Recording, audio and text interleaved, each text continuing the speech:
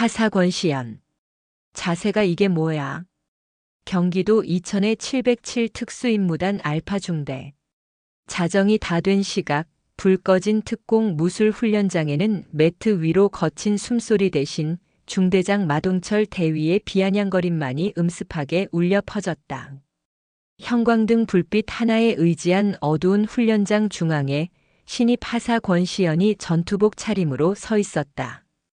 그녀의 곁을 마동철이 맹수가 먹잇감을 살피듯 천천히 맴돌았다.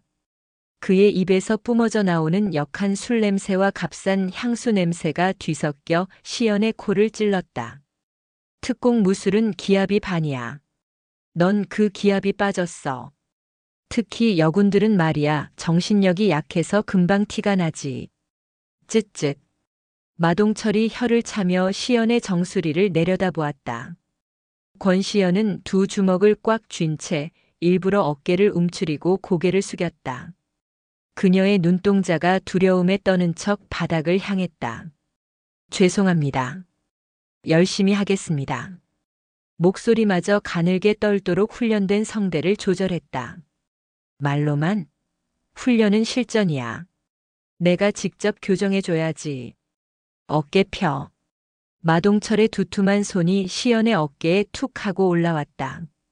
필요 이상으로 무거운 압력이었다. 남자의 손은 어깨를 주무르는 척하더니 천천히 그녀의 전투복 옷깃, 목덜미 근처로 미끄러져 내려왔다. 순간 권시연의 모든 감각이 칼날처럼 곤두섰다. 좌측 쇄골 하단부, 손목 관절, 척골과 요골 사이의 압력 지점. 이 자세에서 손목을 꺾어 뒤로 넘기기까지 걸리는 시간 약 0.8초. 늑골 3대는 보장한다. 그녀의 뇌는 상대의 모든 움직임을 즉각 분석했다. 지금 그녀의 몸은 국가대표 유도선수 시절의 반사신경과 육군 본부 감찰실 최정예 요원의 살기 어린 본능으로 들끓고 있었다. 이 남자의 손목을 부러뜨리고 턱을 박살내는 데는 3초도 필요하지 않았다. 하지만 그녀는 대령 권시연이 아니었다. 지금 그녀는 하사 권시연 체력 미달의 어리바리한 신입 여군이어야 했다. 아니, 아직이다. 증거가 불충분해. 그녀의 전투복 상의 3번째 단추 초소형 카메라 렌즈가 마동철의 뻔뻔한 얼굴을 담고 있었다. 가슴 주머니 속의 소형 녹음기는 이 공간의 모든 소리를 빨아들이고 있었다.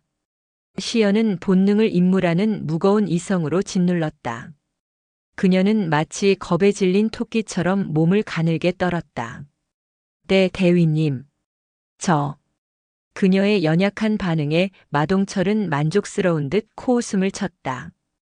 그가 찾던 완벽한 먹잇감이었다. 왜? 중대장이 특별히 가르쳐준다는데 싫어? 진급심사, 내가 담당하는 거 잊었어? 하사 권시연. 군 생활 편하게 하고 싶으면 상사한테 좀 싹싹하게 굴어야지. 잘 보여야 할 거 아냐? 마동철이 더 노골적으로 얼굴을 들이밀었다. 그의 눈이 번들거렸다. 자, 다시. 이번엔 이쪽 허리다. 중심이 완전히 무너졌어. 그의 손이 시연의 어깨를 떠나 천천히 그녀의 등줄기를 타고 허리를 향해 내려오기 시작했다. 칠흑 같은 훈련장 안 덫이 좁혀지고 있었다. 불과 2주 전 권시연은 서울 용산 국방부 본청의 지하 벙커 감찰실 K팀의 비밀 브리핑룸에 있었다. 계급장이 번쩍이는 전투복을 입은 대령 권시연의 앞에는 한 장성의 어두운 얼굴이 있었다. 2707 특수임무단 알파 중대장 마동철 대위. 스크린에 마동철의 이력서가 떴다. 감찰실장 박 장군이 서류를 집어 던지듯 책상에 내려놓았다. 육군 참모총장 라인의 핵심인 마 장군 외아들. 아주 개망나니 쓰레기 중에 쓰레기야. 박 장군이 다음 파일을 넘겼다. 지난 1년간 마동철에게 당한 피해 여군들의 목록이었다. 강제추행, 직권남용, 성희롱. 하지만 모든 조사는 증거 불충분 혹은 혐의 없음으로 종결되었다. 피해자들이 두려워서 진술을 번복해 놈의 아비가 뒤에서 압력을 넣는다는 건 공공연한 비밀이고 증거를 잡아도 법무실에서 유야무야 덮어버렸지. 이번엔 뿌리를 뽑아야 돼. 박 장군의 눈이 시연을 향했다. 권 대령. 자네가 적임자야. 놈은 어리고 순진해 보이는 신임 여군을 노린다. 유도 국가대표의 특임대 교관 출신인 자네가 보기엔 우습겠지만 그게 이번 임무의 핵심이야. 임무는 간단했다.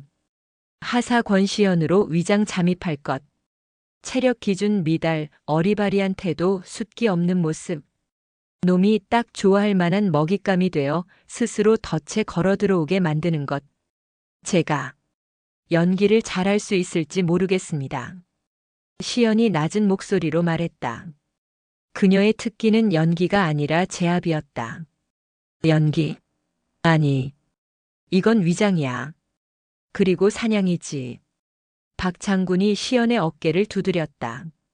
놈이 자네를 암컷으로 보고 사냥감을 다루듯 할 때 자네는 놈을 표적으로 보고 사냥꾼처럼 움직여. 놈이 스스로 목을 내놓을 때까지 기다려. 그리고 2707부대. 전입 첫 주에 치러진 체력 검정. 권시연은 일부러 속도를 조절했다. 평소라면 1등으로 주파하고도 수만 번 고르면 끝날 3km 달리기였다. 하지만 그녀는 폐가 터질 것처럼 연기하며 뒤처졌다. 심박수는 거짓말처럼 안정되어 있었지만 그녀의 얼굴은 고통으로 일그러진 척했다.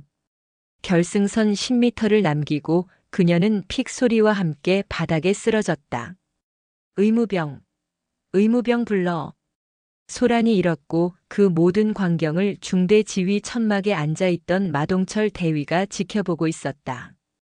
그는 턱을 괴고 쓰러진 권시연을 바라보며 옆에 있던 부중대장에게 물었다. 저게 신입인가? 이름이 뭐지? 하사 권시연입니다. 오늘 체력 검정 종합 미달입니다. 마동철의 입꼬리가 비릿하게 올라갔다. 미달이라. 관심 병사로군. 저런 애는 중대장이 특별히 관리해줘야지. 표적이 미끼를 물었다. 다시 현재. 늦은 밤의 특공 무술 훈련장. 마동철의 손이 기어코 권시연의 허리에 닿았다. 그는 자세 교정을 핑계로 전투복 위를 더듬듯 만지며 비아냥거렸다. 이봐, 권하사. 척추 기립근이 하나도 없잖아. 이래서야 뭐 전투는커녕 군장이나 매겠어. 여군은 체력부터가 문제야. 네, 대위님. 이건 훈련과 상관없는 것 같습니다. 시연은 준비한 대사를 읊조리며 연약하게 저항하는 척 그의 손을 밀어내려 했다. 그녀가 힘을 뺐기에 마동철의 팔은 꿈쩍도 하지 않았다. 하! 마동철이 고개를 젖히며 웃었다. 이 순진한 하사가 감히 중대장에게 반항하려 드는 신용이 즐겁다는 듯이. 훈련이랑 상관이 없어. 군대는 상명하복이야, 권하사. 까라면 까는 거야. 중대장이 내 자세가 틀렸다고 하면 틀린 거야. 알겠어? 권시연의 눈이 차갑게 빛났다. 좋아. 목소리 톤 85데시벨. 상명하복 까라면 까. 직권 남용 및 협박 발언 확보. 단추형 렌즈가 그의 비웃는 얼굴을 정확히 잡고 있다. 완벽해. 그녀는 임무 완수를 위한 마지막 퍼즐 조각을 맞추고 있었다. 마동철은 이제 이 게임이 슬슬 지겨워지는 듯 했다. 그는 시연의 허리를 감싸 안으려던 손을 거두고 한 걸음 물러섰다. 솔직히 말해봐. 너 일부러 체력 검정 떨어진 거지? 그의 날카로운 질문에 시연은 당황한 표정을 지었다. 네. 무슨 말씀이신지. 내 눈에 들려고. 그렇지? 마동철이 확신에 찬 듯 웃었다. 하긴 여군이 이 험한 707에서 살아남으려면 줄을 잘 타야지. 든든한 백이 있거나 아니면 중대장인 나처럼 힘 있는 사람한테 붙거나. 안 그래? 권시연의 속에서 구역질이 치밀어 올랐다. 줄이 아니라 덫이다, 이 쓰레기야. 그녀는 속으로 칼을 갈면서도 겉으로는 어쩔 줄 몰라 하는 신입 하사를 완벽하게 연기했다. 마동철은 그런 그녀의 모습에 완전히 방심했다. 그는 만족스러운 듯 손을 털었다. 좋아. 오늘 개인 지도는 여기까지 하지. 대신 조건이 있어. 그가 시연에게 손가락을 까딱였다. 이번 주말에 내 사무실로 와. 아무도 없을 때. 진짜 군 생활 생존법을 가르쳐 줄 테니까. 마동철은 진짜라는 단어에 힘을 주며 음흉하게 웃었다. 그는 마지막으로 시연의 등을 격려하듯 두드렸다. 하지만 그 손은 등을 지나 엉덩이 윗부분을 스치듯 툭 치고 떨어졌다. 명백한 추행이었다. 가봐. 훈련병. 권시연은 일부러 비틀거리듯 모욕감에 휩싸인 채 도망치듯 훈련장을 빠져나왔다. 훈련장의 무거운 철문이 닫히고 완벽한 어둠 속 복도로 나온 순간 권시연의 모든 움직임이 멈췄다. 그녀의 어깨가 펴지고 굽었던 허리가 꼿꼿하게 섰다. 두려움에 떨던 눈빛은 사라지고 얼음장처럼 차갑고 날카로운 대령의 눈빛이 돌아왔다. 그녀는 복도 구석, 감시 카메라의 사각지대에 멈춰섰다. 가슴 주머니 속 녹음기에 전원을 끄고 전투복 단추에 달린 카메라의 메모리 카드를 확인했다. 그녀는 손목에 찬 전술 시계의 통신 버튼을 눌렀다. 지직거리는 소리와 함께 훈련장 밖 어둠 속에 대기하고 있던 감찰실 K팀 요원들의 목소리가 들렸다. 팀장님, 상황 종료. 아니, 시연이 낮은 목소리로 말했다. 감찰실. 1차 증거 확보. 2단계 중대장실 유도 성공. 놈이 주말에 자기 사무실로 오라고 했다. 수화기 너머의 팀원이 침을 삼키는 소리가 들렸다. 팀장님, 그건 너무 위험합니다. 중대장실은 덫이 깊을수록 사냥감은 더 확실하게 잡히는 법이야. 권시연은 차가운 복도를 걸어나가며 덧붙였다. 주말까지 기다릴 필요 없어. 바로 내일 밤 덫을 치겠다. 마동철이 가장 방심하고 있을 때 다음 날 부대의 공기는 어제와 다름없이 굴러갔다. 하지만 권시연에게는 모든 것이 다르게 보였다. 아침 구보, 사격 훈련, 주특기 교육. 그녀는 여전히 어설픈 하사 권시연을 연기했다. 일부러 총기분의 결합에서 실수를 저질러 교관에게 얼차려를 받고 구보에서는 또다시 대열에서 낙오되는 관심병사의 모습을 완벽하게 유지했다. 그녀가 흙바닥에서 팔굽혀펴기를 하며 일부러 가쁜 숨을 몰아쉬고 있을 때 마동철 대위가 지프를 타고 훈련장을 지나가다 멈춰 섰다. 그는 차창을 내리고 먼지투성이가 된 권시연을 잠시 바라보았다. 그의 입가에 걸린 역겨운 미소가 어젯밤의 기억을 상기시켰다. 그는 마치 내가 그럴 줄 알았다는 듯한 조롱의 눈빛을 보낸 뒤 매연을 내뿜으며 사라졌다. 그의 오만함이 하늘을 찔렀다. 그는 권시연이 어젯밤 자신의 관대한 제안에 겁을 먹고 동시에 유혹을 느꼈으리라 확신하고 있었다.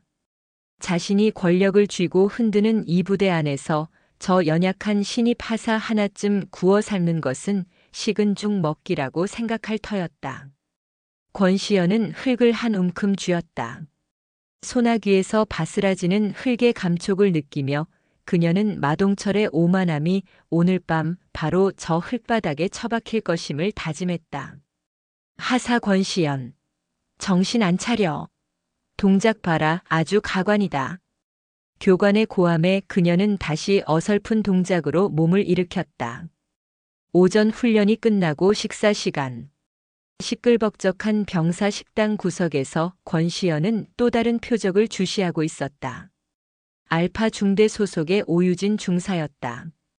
그녀는 부대 내에서 실력으로는 최고로 인정받는 여군이었지만 최근 모든 훈련과 평가에서 부당하게 배제되고 있었다. 이유는 단 하나, 마동철의 개인 지도를 거부했기 때문이었다. 권시연은 식판을 들고 일부러 오중사의 맞은편에 앉았다.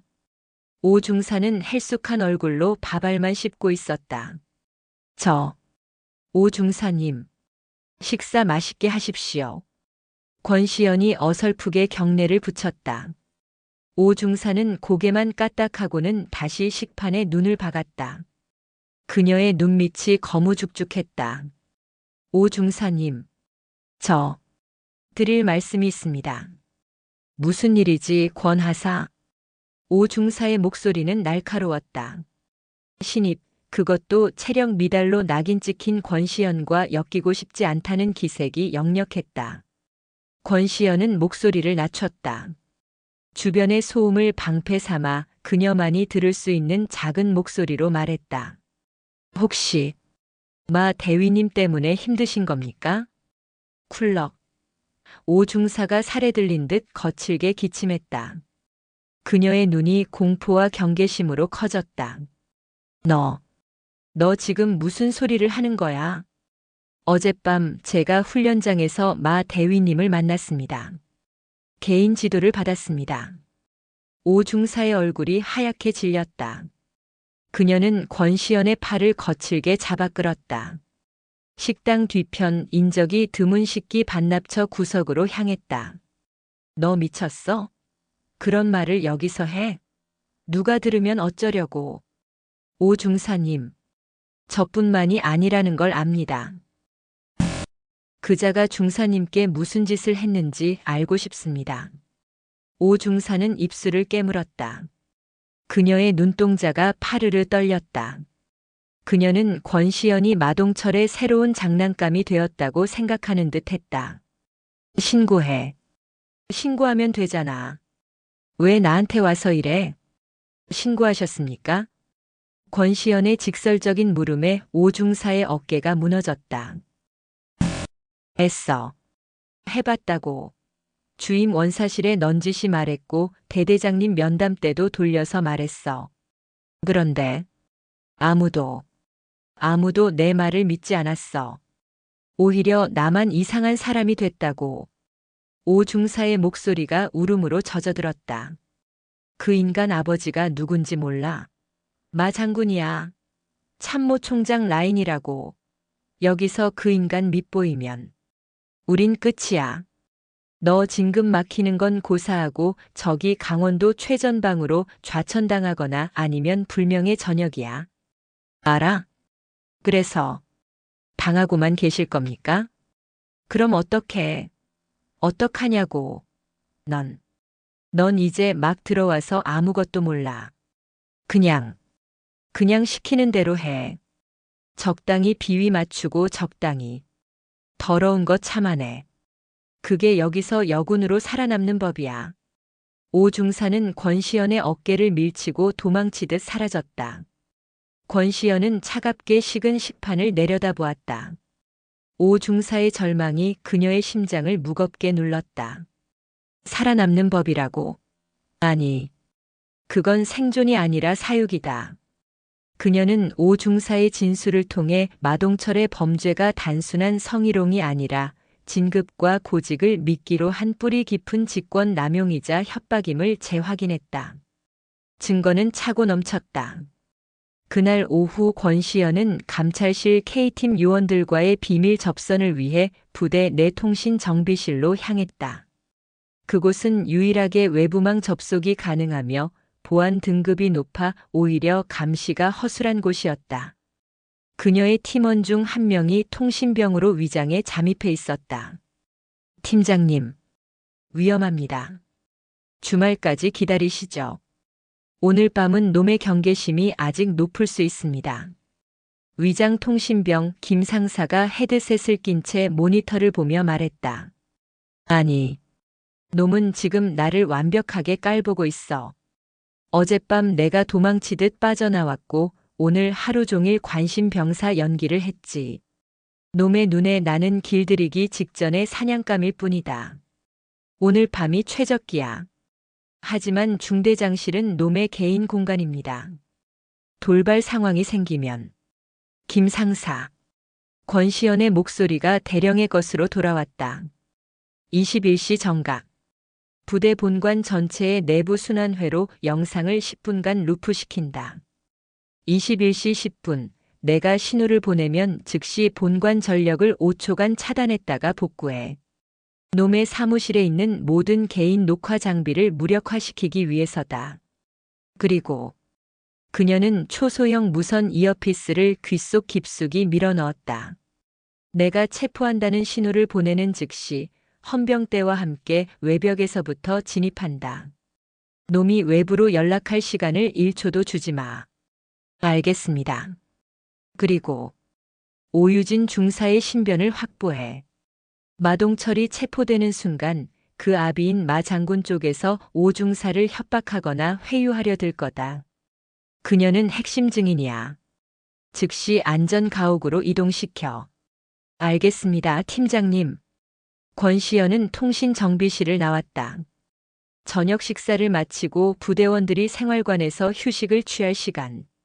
그녀는 마동철에게서 온 오늘 밤 9시 내 사무실로 오라는 문자를 확인했다.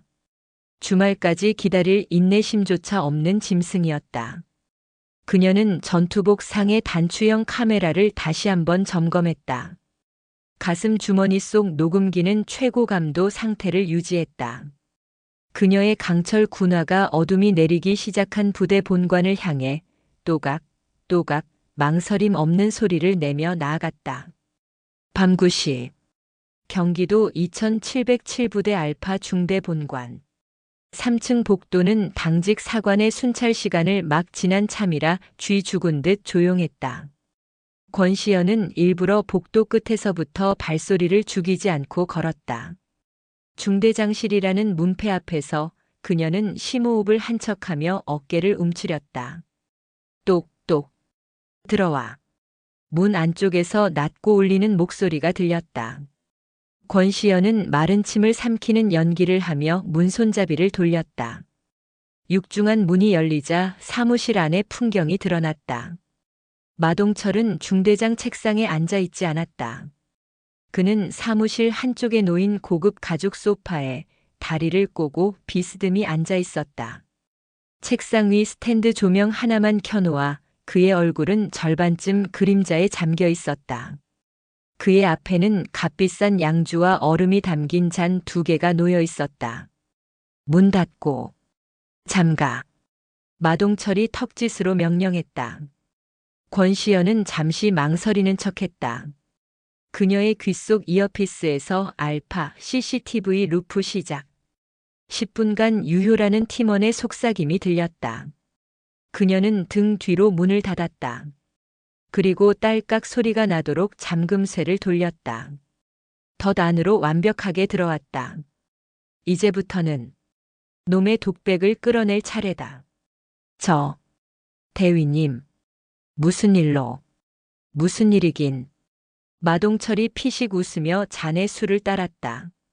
얼음이 부딪히는 소리가 유난히 크게 울렸다. 권하사. 앉아. 아니, 거기 말고. 내 앞에. 그가 소파 앞에 낮은 테이블을 가리켰다. 사실상 바닥에 앉으라는 모욕적인 지시였다. 권시연은 망설이다가 군기를 따르는 척하며 테이블 앞 그의 발치에 가까운 자리에 무릎을 꿇고 앉았다. 굴욕적인 자세였지만 그만큼 그녀의 단추형 카메라가 마동철의 얼굴과 행동을 완벽하게 담아낼 수 있는 각도이기도 했다. 그래. 그 자세가 마음에 드네. 마동철이 만족스러운 듯 술잔을 들어 한 모금 마셨다. 권하사. 내가 왜 너만 특별히 부른 것 같아? 모르겠습니다. 모르긴. 알면서. 너 오늘 훈련장에서 나봤지? 내 꼴이 아주 우습더군. 그런데 말이야. 난 그런 게 좋아. 어설프고 약하고 그래서. 보호해주고 싶은 거. 그의 손이 소파 팔걸이에서 내려와 권시연의 어깨를 향해 천천히 다가왔다. 어젯밤 훈련장에서의 기시감이었다. 하지만 오늘은 달랐다. 여긴 밀폐된 그의 왕국이었다. 이봐, 권하사. 군생활. 힘들지? 특히 여군은 더 힘들어. 너처럼 예쁘장하게 생기면 더더욱. 늑대 같은 놈들이 사방에 깔렸거든. 그런데 그런 늑대들을 막아줄 울타리가 필요하지 않겠어? 그의 손이 시연의 전투복 어깨 견장에 닿았다. 하사 계급장을 손가락으로 툭툭 건드렸다. 이거 언제까지 달고 있을 거야? 너 진급하고 싶잖아. 편한 보직 가고 싶잖아. 안 그래? 진급 하고 싶습니다.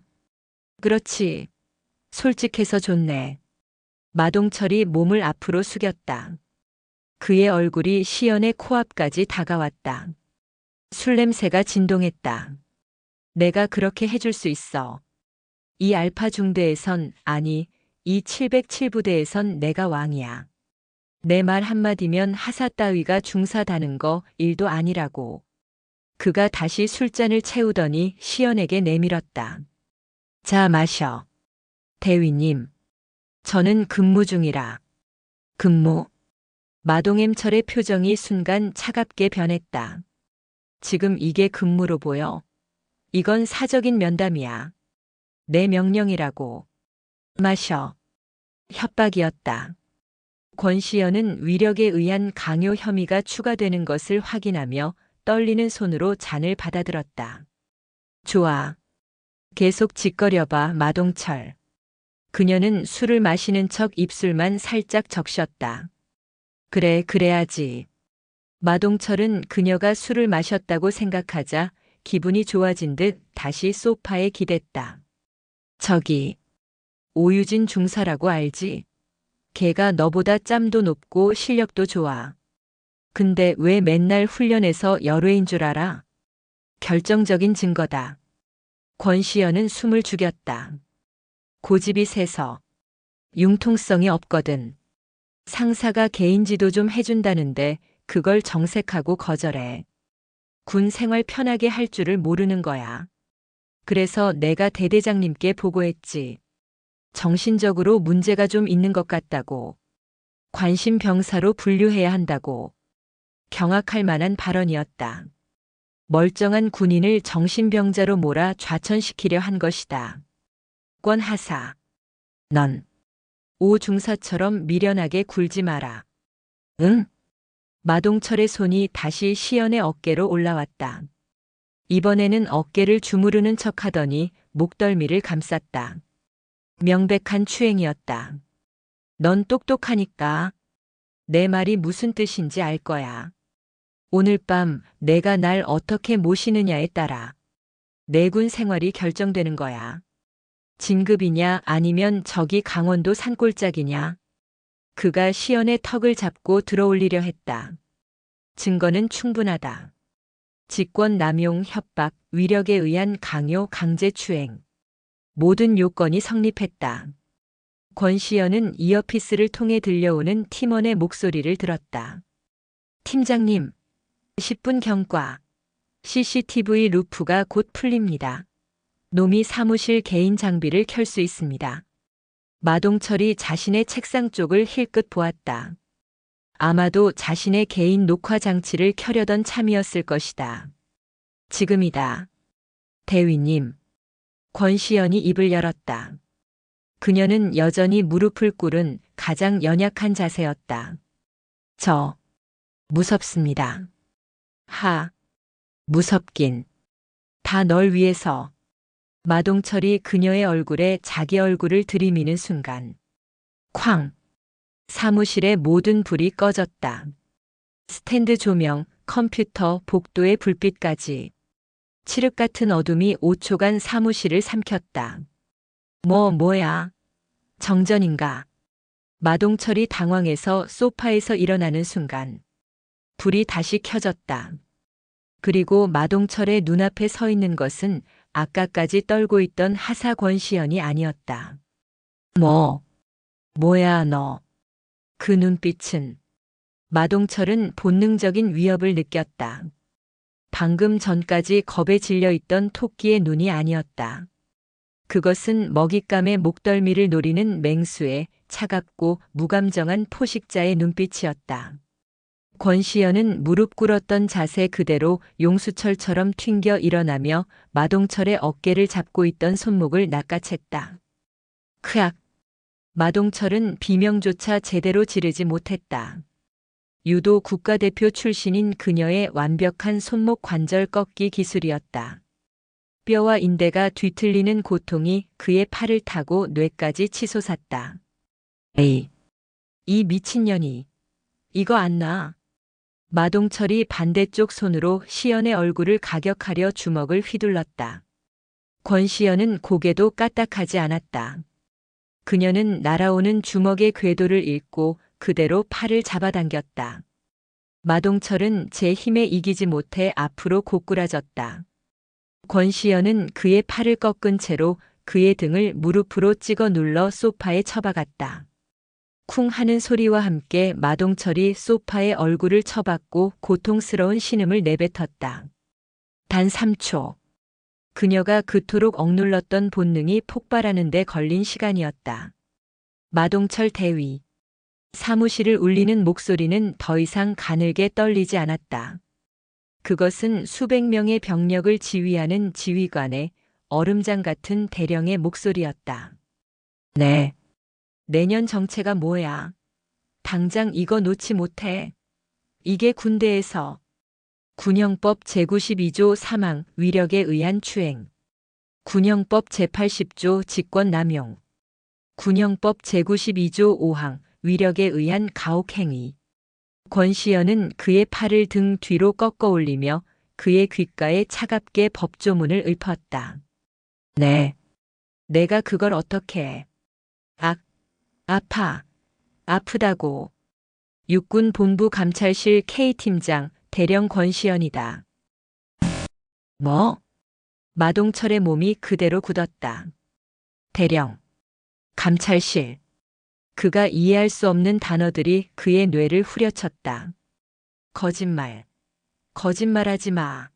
내가 어떻게 대령이야. 이 미친. 권시연은 그의 머리채를 잡아 소파에서 들어 올렸다. 그리고 자신의 전투복 상의 가슴 주머니에서 붉은색 바탕에 금색 글씨로 감찰이라고 쓰인 신분증을 꺼내 그의 눈앞에 펼쳐 보였다. 마동철의 눈동자가 지진이라도 난 듯 흔들렸다. 대령 권시연. 그의 눈앞에 있는 사진 속 인물은 분명 자신이 하사라고 부르며 희롱했던 바로 그 여자였다. 에이, 이럴 리가 없어. 이건 함정이야. 너희들. 날 함정에 빠뜨린 거야. 우리 아버지가 누군지 알아. 너희 다 죽었어. 마동철이 최후의 발악을 했다. 내 아비 마 장군 말인가. 권시연이 그의 뺨을 철썩 소리가 나게 때렸다. 분노가 아니었다.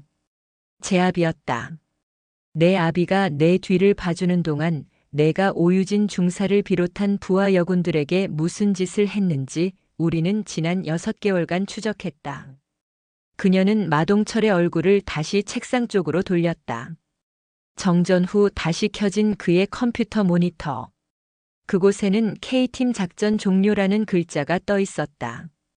어젯밤 특공 무술 훈련장의 영상과 음성.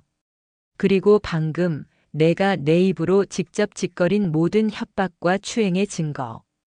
전부 육군 본부 서버로 실시간 전송되었다. 내 아비가 손을 쓰기엔 이미 늦었다는 뜻이야. 안 돼. 안 돼. 그 순간이었다. 쾅. 잠겨있던 중대장실 문이 바깥쪽에서 부서지듯 열렸다. 헌병 완장을 찬 K팀 요원들과 방금 전 연락을 받고 달려온 대대장, 그리고 주임 원사가 넋이 나간 표정으로 사무실에 들이닥쳤다. 마동철 대위. 헌병대장이 소리쳤다. 현 시간부로 귀관을 군형법 위반 혐의로 긴급 체포한다.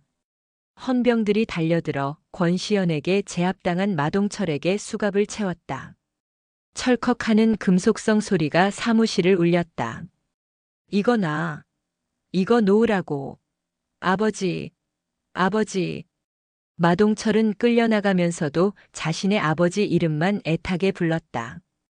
대대장은 사색이 된 얼굴로 권시연에게 다가와 거수 경례를 붙였다. 충성. 대령님. 에이. 이런 일이. 권시연은 헝클어진 머리를 한번 쓸어 넘겼다. 그녀는 대대장의 경례를 덤덤히 받았다. 대대장. 이 부대 전면 감찰에 들어갑니다. 마동철의 비호 세력이 누구였는지, 그리고 이 사태를 알면서도 묵인한 자가 누구인지 전부 색출할 겁니다. 대대장은 고개를 들지 못했다. 권시연은 수갑이 채워져 끌려나가는 마동철의 뒷모습을 차갑게 바라보았다. 그녀의 귓속 이어피스에서 김 상사의 보고가 들려왔다. 팀장님, 오유진 중사 안전가옥으로 이동 완료했습니다. 마 장군 측에서 방금 부대 법무실로 연락 시도했으나 저희가 차단했습니다. 수고했다.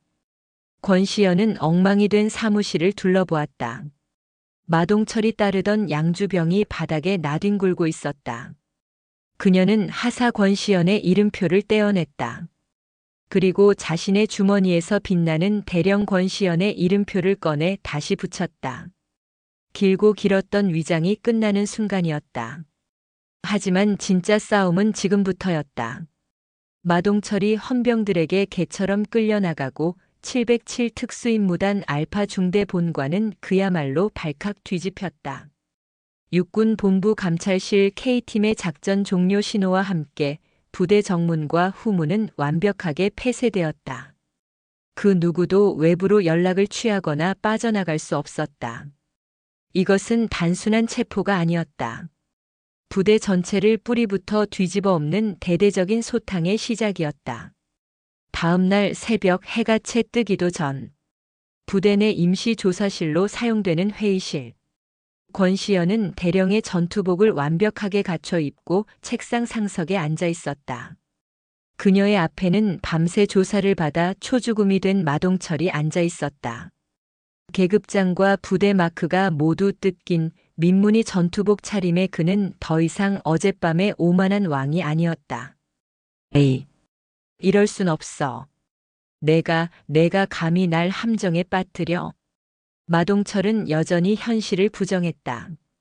그의 눈은 핏발이 서 있었고 손은 수갑 자국으로 붉게 부어 있었다. 권시연은 차갑게 식은 녹차를 한 모금 마셨다. 함정? 마동철 대위 아니. 마동철 씨. 함정은 그쪽이 팠지. 부하 여군들을 상대로. 그녀는 서류철 하나를 그의 앞으로 던졌다. 피해자 오유진 중사 진술서. 오 중사를 관심병사로 만들려 했던 것. 기억나나? 진급을 미끼로 사적인 만남을 강요했던 것도 어젯밤 내 입으로 전부 실토했지. 내가 부하들을 어떻게 사냥감 취급했는지. 그건 그냥 군 생활 편하게 해주려던 농담이었어. 그래, 농담. 권시연의 목소리에 얼음이 서렸다. 그녀는 자리에서 일어나 마동철의 곁으로 다가갔다. 그리고 그의 귓가에 그가 어젯밤 자신에게 했던 것과 똑같은 방식으로 속삭였다. 내 아비 마 장군. 마동철의 어깨가 움찔했다. 지금쯤 육군 참모총장실에서 아주 뜨거운 농담을 듣고 있을 거야. 아들의 화려한 군 생활과 그걸 덮어주려던 아비의 추악한 부정에 대해서. 거짓말. 우리 아버지가 누군데? 너 같은 년 하나쯤. 선이 끊겼다고 마동철. 권시연이 그의 턱을 잡아챘다. 굴욕감에 마동철의 얼굴이 일그러졌다. 내가 붙잡고 있던 그 동아줄, 어젯밤 21시 10분을 기점으로. 내가 잘라버렸으니까. 내가 녹음기와 카메라 앞에서 내 죄를 자랑스럽게 떠드는 그 순간 모든 증거는 국방부 통합서버 감찰실장 그리고 참모총장에게 동시 전송됐다. 내 아비가 손을 쓰기엔 이미 늦었어. 마동철의 눈동자가 초점을 잃고 흔들렸다. 유일하게 믿었던 백. 그것이 사라졌다는 절망감이 그의 얼굴을 뒤덮었다. 안 돼. 아버지. 그는 어린아이처럼 울부짖기 시작했다. 권시현은 더 볼 가치도 없다는 듯 그에게서 등을 돌렸다. 같은 시각 서울 용산의 국방부 본청. 육군 참모총장의 집무실에는 무거운 침묵이 흘렀다. 참모총장과 감찰실장 박 장군, 그리고 육군 법무실장이 마주 앉아 있었다. 그들 앞에는 마동철의 아버지 마 장군이 사색이 된 채 서 있었다. 마 장군. 이게 다 뭔가. 참모총장이 책상 위에 태블릿을 밀었다. 그 안에는 마동철이 권시현을 희롱하는 영상이 선명하게 재생되고 있었다. 오해입니다, 총장님. 저놈이 미쳐서. 하지만 저 권시현이라는 대령. 저것도 문제입니다. 함정 수사가 아닙니까? 군의 명예. 참모총장이 자리에서 벌떡 일어났다. 지금 마 장군 입에서 명예라는 말이 나와. 자네 아들이 707 최정예 부대에서 벌인 짓이 군의 명예인가? 그걸 자네가 권력을 이용해 덮어주고 피해자들을 좌천시킨 게 군의 명예야? 총장님, 권시현 대령이 아니었다면 그 요원이 목숨 걸고 제 신분을 감추고 덫으로 뛰어들지 않았다면 자네와 자네 아들은 군을 계속해서 썩게 만들었을 거야. 함정수사? 썩은 고기를 도려내는데 메스가 좀 날카로웠던 게 문제란 말인가. 마 장군은 입을 다물었다. 마 장군. 지금부로 모든 직위에서 해제한다. 보직 해임이야. 그리고 당신 또한 감찰실의 조사를 받게 될 걸세. 아들의 비위를 묵인하고 직권을 남용한 혐의로. 군복 벗을 준비하게. 총장님, 한 번만 기회를. 마 장군이 무너져 내렸다. 하지만 참모총장의 눈은 차가웠다. 한편 부대에서 격리된 안전가옥. 경기도 하남의 한적한 아파트였다. 오유진 중사는 뜬 눈으로 밤을 새웠다. 불안감에 손톱을 물어뜯던 그녀는 초인종 소리에 화들짝 놀랐다. 문을 연 그녀의 눈앞에는 어제까지만 해도 자신처럼 피해자로 보였던 권 하사가 서 있었다. 하지만 지금 그녀는 완벽한 대령의 정복을 입고 있었다. 빛나는 무궁화 세 개가 그녀의 어깨에서 위엄을 뽐내고 있었다. 충성. 대령님. 오 중사는 어쩔 줄 몰라 하며 경례를 붙였다. 권시현은 부드럽게 그녀의 손을 내렸다. 편히 쉬었습니까, 오 중사? 대령님이. 어째서? 썩은 뿌리를 뽑으려면 그 뿌리 근처까지 파고들어야 했습니다. 오 중사님이 겪은 고통을 모른 척할 수 없었습니다. 오유진 중사의 눈에 눈물이 고였다. 자신을 이상한 년으로 몰아붙였던 부대 간부들, 외면했던 동료들. 그 모든 절망 속에서 육군 본부의 대령이 자신을 구하기 위해 하사로 위장 잠입했다는 사실은 그 어떤 위로보다도 강력했다. 정말 그 인간 처벌받습니까? 네. 반드시. 하지만 오 중사의 도움이 필요합니다. 권시현은 오 중사의 손을 잡았다. 법정에 서주십시오. 마동철이 중사님께 했던 모든 말, 모든 행동을 증언해 주셔야 합니다. 그가 상습범이라는 것을, 단순한 실수가 아니었다는 것을 증명해야 합니다. 오 중사는 마 장군의 보복이 두려워 망설였다. 두렵다는 것 압니다. 하지만 이젠 제가 오 중사님 곁에 있겠습니다. 하사 권시현이 아니라 대령 권시현으로서. 마동철의 아비 마 장군도 곧 직위 해제될 겁니다. 그 누구도 오 중사님을 더 이상 해칠 수 없습니다. 오유진은 권시현의 굳건한 눈을 바라보았다. 자신을 위해 지옥으로 뛰어든 지휘관의 눈이었다. 네, 하겠습니다. 대령님, 제가 아는 모든 것을 전부 다 증언하겠습니다. 권시현은 비로소 작게 미소 지었다. 마동철을 올가맬 두 번째 족쇄가 완벽하게 채워지는 순간이었다. 707부대 내에서는 K팀의 대대적인 감찰이 시작되었다. 마동철에게 아부하며 비리를 묵인했던 주임 원사와 대대장은 물론 그에게 여군들의 정보를 상납했던 행정관까지 썩은 가지들이 모조리 잘려나가기 시작했다. 한 달 뒤 서울 용산 국방부 보통군사법원. 재판정은 군 관계자들과 취재진으로 발 디딜 틈이 없었다. 707부대 성추문 사건이라는 자극적인 이름으로 이미 언론에 일부 내용이 흘러나간 뒤였다. 피고인석에는 군복이 아닌 수의를 입은 마동철이 고개를 숙인 채 앉아 있었다. 그의 얼굴은 반쪽이 되어 있었다. 방청석 한쪽에는 이제는 장군이 아닌 민간인 신분이 된 그의 아버지 마 씨가 어두운 얼굴로 앉아 있었다. 그의 옆에는 거물급 민간 로펌 변호사들이 서류를 검토하고 있었다. 재판을 시작합니다. 재판장의 엄숙한 선언과 함께 군 검사의 모두 진술이 시작되었다. 존경하는 재판장님. 본 검사는 오늘 군의 명예를 더럽히고 상급자의 지위를 이용해 부하 여군을 상습적으로 추행하고 협박한 피고인 마동철에게 법의 엄중한 심판을 구하고자 합니다. 검사는 준비한 증거들을 하나씩 제시했다.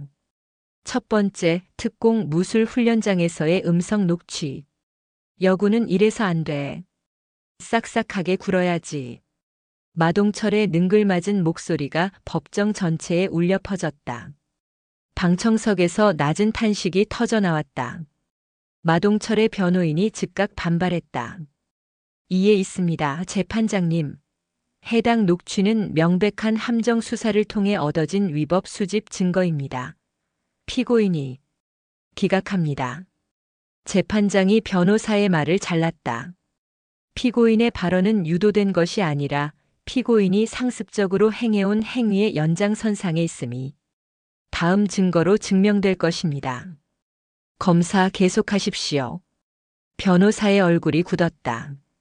두 번째, 중대장실에서 촬영된 영상. 자, 마셔. 내 명령이야. 오유진 중사처럼 미련하게 굴지 마라.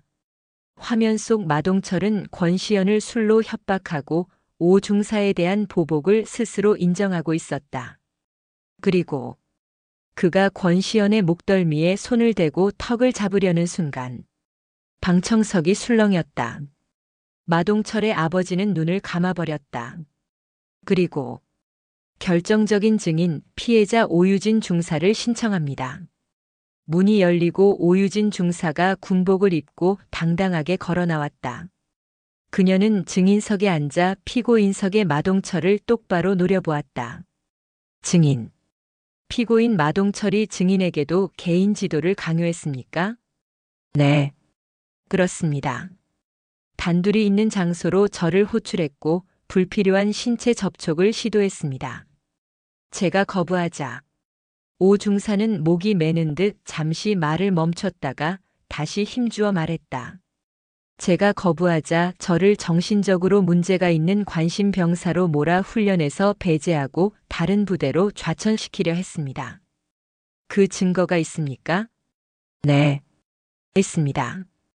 오 중사는 자신이 마동철과 나눴던 메신저 대화 내용, 그리고 부당하게 훈련에서 배제되었던 명령서 사본을 제출했다.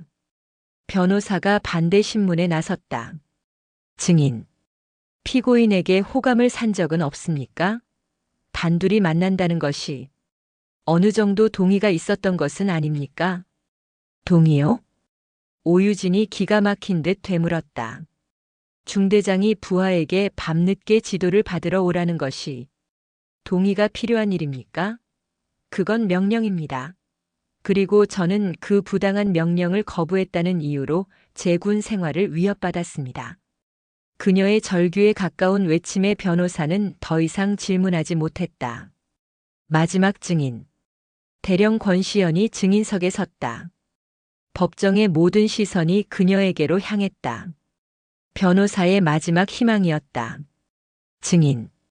육군 본부 감찰실 소속 대령 권시현. 맞습니까? 맞습니다. 증인은 왜 정식적인 감찰 절차를 밟지 않고 신분을 위장한 채 피고인에게 접근했습니까? 처음부터 피고인을 표적으로 삼고 범죄를 유도한 것이 아닙니까?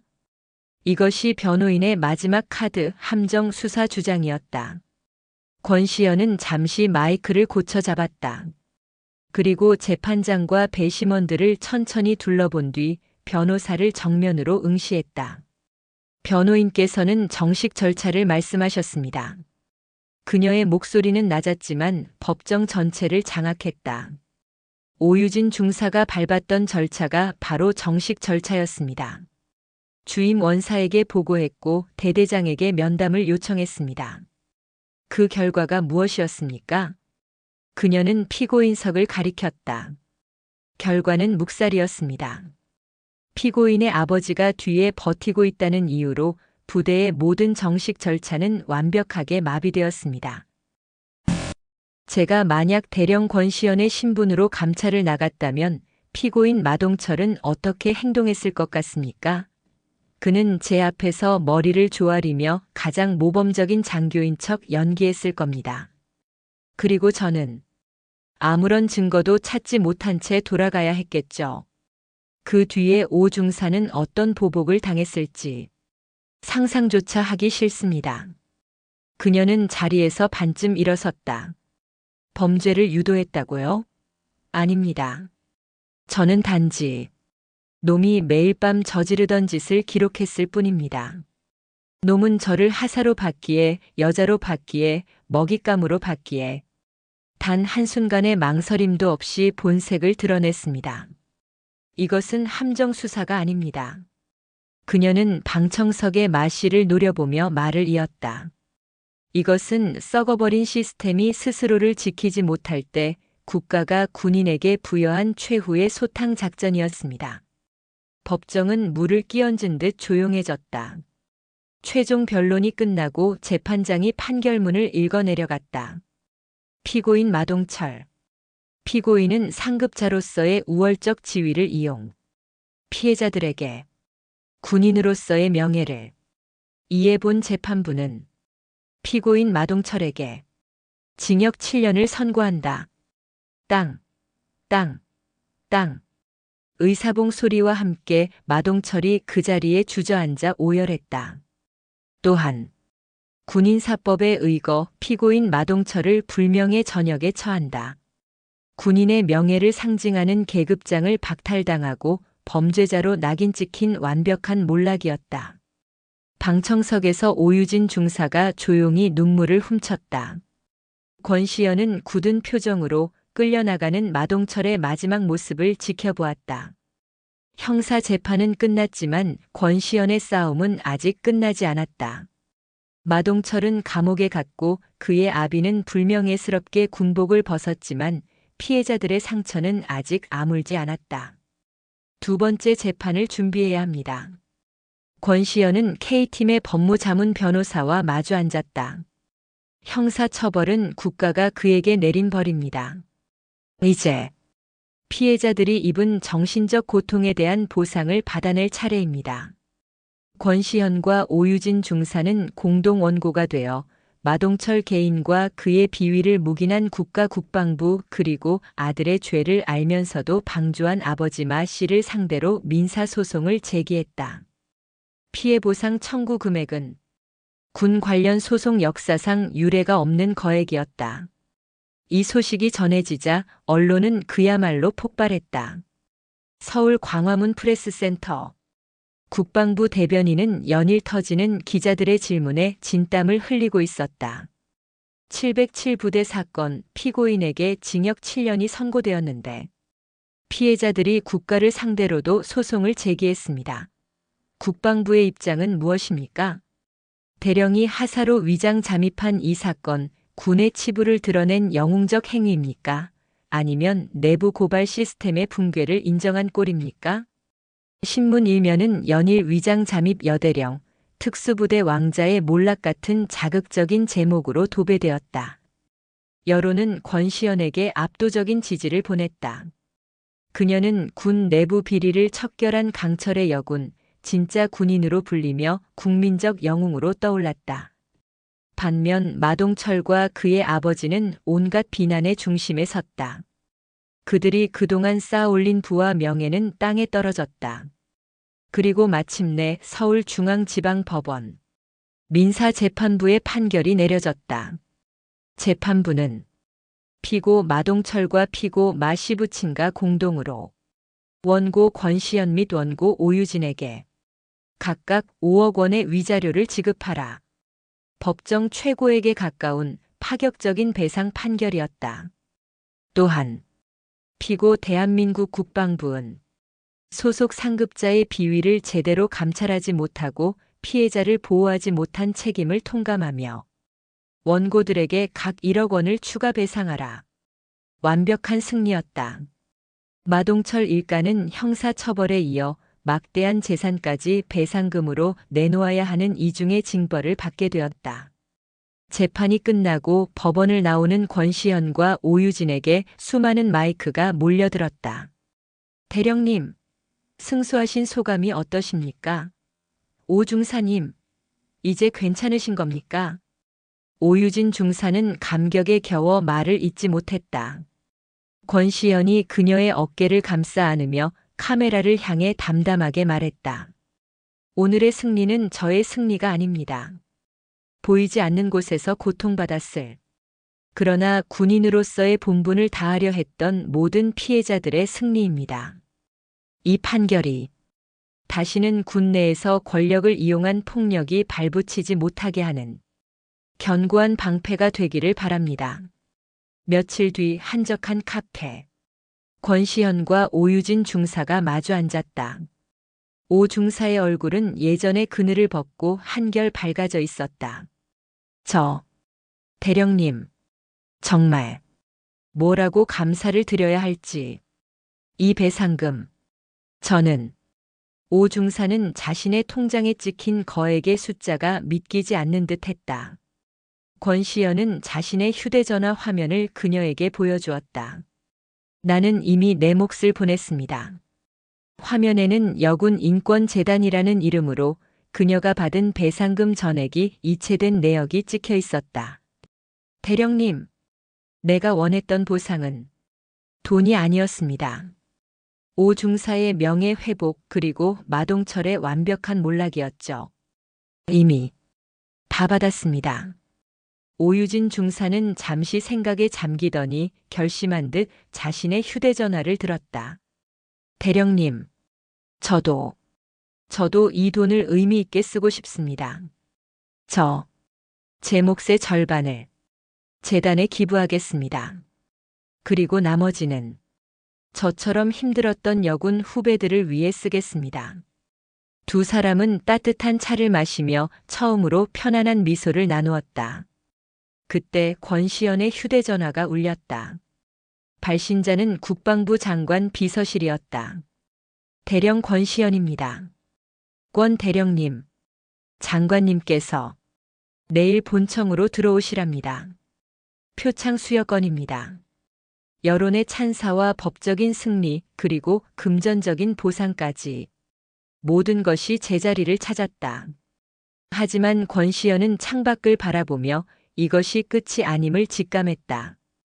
아직도 그녀가 가야 할 길이, 도려내야 할 썩은 부분이 남아 있었다. 일주일 뒤 서울 용산 국방부 대강당. 대한민국 군을 이끄는 모든 수뇌부가 한자리에 모였다. 참모총장을 비롯한 각 군의 장성들, 국방부 주요 직위자들, 그리고 이례적으로 수십 명의 언론사 기자들까지. 단상 앞 첫 번째 줄에는 말끔하게 정복을 차려입은 오유진 중사가 굳은 표정으로 앉아 있었다. 오늘 이 자리는 한 사람을 위한 자리였다. 국민과 군의 명예를 바로 세운 육군 본부 감찰실 K팀장 권시현 대령. 사회이자의 엄숙한 호명에 강당의 모든 문이 닫히고 조명이 단상으로 집중되었다. 권시현이 절도 있는 걸음으로 단상을 향해 걸어나갔다. 하사 권시현의 어설픈 걸음걸이는 온데간데 없었다. 한 걸음 한 걸음 내디딜 때마다 그녀의 강철 군화굽이 바닥에 부딪히는 소리가 강당 전체를 장엄하게 울렸다. 그녀는 국방부 장관 앞에 섰다. 충성, 충성. 권 대령. 국방부 장관은 준비된 훈장 상자를 열었다. 그 안에는 군인에게 주어지는 최고의 영예 중 하나인 보국 훈장 광복장이 빛나고 있었다. 단순한 표창이 아니었다. 국가 안보에 혁혁한 공을 세운 이에게만 주어지는 훈장이었다. 장관은 훈장을 들어 권시연의 왼쪽 가슴에 직접 달아주었다. 권시연 대령. 그대는 군의 가장 어두운 치부를 드러내기 위해 자신의 모든 것을 걸고 가장 낮은 곳으로 뛰어들었소. 군인의 명예가 무엇인지, 상관의 책무가 무엇인지 그대 스스로 증명해 보였소. 장관은 권시연의 손을 굳게 잡았다. 이 훈장은 그대의 용기에 대한 국가의 대답이요. 고맙소, 권 대령. 정말 고맙소. 수백 개의 카메라 플래시가 동시에 터졌다. 권시연은 미동도 없이 장관에게 경례를 붙였다. 대한민국 군인으로서 마땅히 해야 할 임무를 수행했을 뿐입니다. 그녀의 시선이 객석의 오유진 중사와 마주쳤다. 오 중사는 참았던 눈물을 터뜨리며 그 누구보다도 큰 소리로 박수를 치기 시작했다. 그 박수는 곧 강당 전체로 퍼져나가 우레와 같은 함성이 되어 강철의 여군 권시연 대령을 축복했다. 다음 날 대한민국의 모든 신문 일면은 그녀의 사진으로 도배되었다. 위장하사 부패한 장군을 꺾다. 권시연 대령, 보국 훈장 수훈 국방부 제2의 마동철 맡겠다. 여군 인권보호특별위원회 출범 국민 영웅이 된 위장 대령, 그녀가 기부한 배상금 전액. 피해 여군 쉼터 건립. 그녀는 단순한 영웅을 넘어 썩어있던 군 내부 시스템을 개혁하는 상징이 되었다. 같은 시각 경기도 외곽의 한 군 교도소. 모든 것이 차갑게 얼어붙은 면회실. 파란 수의를 입고 머리가 짧게 깎인 마동철이 수화기를 든 채 유리벽을 세게 내리쳤다. 아버지, 뭐라도 해보라고. 항소해야지. 이게 다 그년 함정이었잖아. 아버지가 힘 좀 쓰면. 유리벽 너머 초라한 사복 차림의 마씨가 앉아 있었다. 불과 한 달 전만 해도 하늘을 찌를 듯한 권세를 누리던 장군의 모습은 어디에도 없었다. 그는 10년은 늙어버린 얼굴로 아들의 발악을 공허하게 바라보았다. 아버지, 뭐라 말 좀 해봐. 나 여기서 7년. 7년 썩으라고. 나 못해. 당장 꺼내줘. 꺼내달라고. 마씨가 천천히 수화기를 들었다. 그의 목소리는 낙엽처럼 바싹 마른 소리가 났다. 끝났다, 동철아. 뭐가 끝나? 아버진 아직 집 팔았다. 마동철의 눈이 커졌다. 그게 무슨 소리야? 우리 집을 왜 팔아? 민사, 배상금. 내가 저지른 짓 때문에 물어줘야 할 돈이다. 내가 감옥에서 평생 일해도 못 갚을 돈이야. 내 어미랑 나. 길거리에 나앉게 생겼다. 거짓말. 거짓말이지. 아버지, 나는. 그리고 다시는 나를 아버지라 부르지 마라. 마씨가 수화기를 탁 소리나게 내려놓았다. 아버지. 마동철이 유리벽을 미친 듯이 두들기며 울부짖었다. 하지만 마씨는 단 한 번도 뒤돌아보지 않고 늙고 지친 어깨를 축 늘어뜨린 채 면회실을 빠져나갔다. 안 돼. 권시연. 이 개 같은 년. 내가 나가기만 하면. 마동철의 저주 섞인 절규는 차가운 유리벽에 부딪혀 공허하게 흩어졌다. 그가 그토록 믿었던 동아줄은 그를 나락으로 이끄는 썩은 밧줄에 불과했다. 완벽한 몰락. 그에게는 그 어떤 구원의 여지도 남아있지 않았다. 며칠 뒤 맑게 갠 가을 하늘 아래 육군 본부 청사 앞 벤치. 권시연이 커피를 들고 잠시 휴식을 취하고 있었다. 그녀의 훈장은 다시 전투복 안쪽 주머니에 보관되어 있었다. 대령님. 익숙한 목소리에 고개를 들자 전투복이 아닌 편안한 훈련복 차림의 오유진 중사가 밝은 얼굴로 서 있었다. 오 중사. 여긴 어쩐 일입니까? 대령님께 감사 인사드리러 왔습니다. 그리고 이거. 오 중사가 서류 봉투 하나를 내밀었다. 이게 뭡니까? 특수전 사령부 부사관 재입교 신청서입니다. 권시연의 눈이 빛났다. 마동철 때문에 부당하게 탈락했던 바로 그 과정입니다. 이번엔 제 실력으로 당당하게 통과해서 최고의 특전 부사관이 될 겁니다. 오 중사의 눈에는 더 이상 두려움이나 절망이 없었다. 그녀는 과거의 상처를 딛고 자신의 자리를 되찾을 준비를 마친 진짜 군인이 되어 있었다. 오 중사라면 분명 해낼 겁니다. 권시연이 진심으로 미소 지었다. 이 모든 게 대령님 덕분입니다. 정말 감사합니다. 오 중사가 허리를 90도로 숙여 인사했다. 권시연은 그녀의 어깨를 두드려 주었다. 오 중사가 경쾌한 발걸음으로 멀어지는 것을 보며 권시연은 남은 커피를 마셨다. 썼지만 뒷맛은 개운했다. 그때 그녀의 곁으로 감찰실장 박 장군이 다가와 앉았다. 커피 맛이 좀 어떻소, 권 대령? 씁니다. 하지만 속은 시원합니다. 하, 그래야지. 박 장군이 웃으며 서류철 하나를 툭 던졌다. 훈장도 받았고 포상 휴가도 넉넉히 챙겼는데 또 일거리부터 주십니까? 권시연이 서류를 보며 물었다. 휴가? 우리 K팀의 휴가가 어디 있나? 박 장군이 심각한 얼굴로 말했다. 이번 마동철 건으로 썩은 뿌리 하나를 뽑았지. 그랬더니 그 밑에 숨어있던 더 큰 벌레들이 꿈틀거리기 시작했어. 이번엔 해군이야. 권시연의 눈빛이 다시 사냥꾼의 그것으로 변했다. 해군 말입니까? 그래. 해군 본부 군수 사령부. 방산 비리야. 규모가 마동철 따위와는 비교도 안 돼. 건드릴 수 있겠나? 이번 상대는 현역 3스타 삼성 장군가 뒤에 버티고 있어. 권시연은 서류를 천천히 넘겼다. 그 안에는 또 다른 피해자들의 익명 제보와 천문학적인 숫자의 비리 의혹들이 빼곡했다. 그녀는 서류철을 덮었다.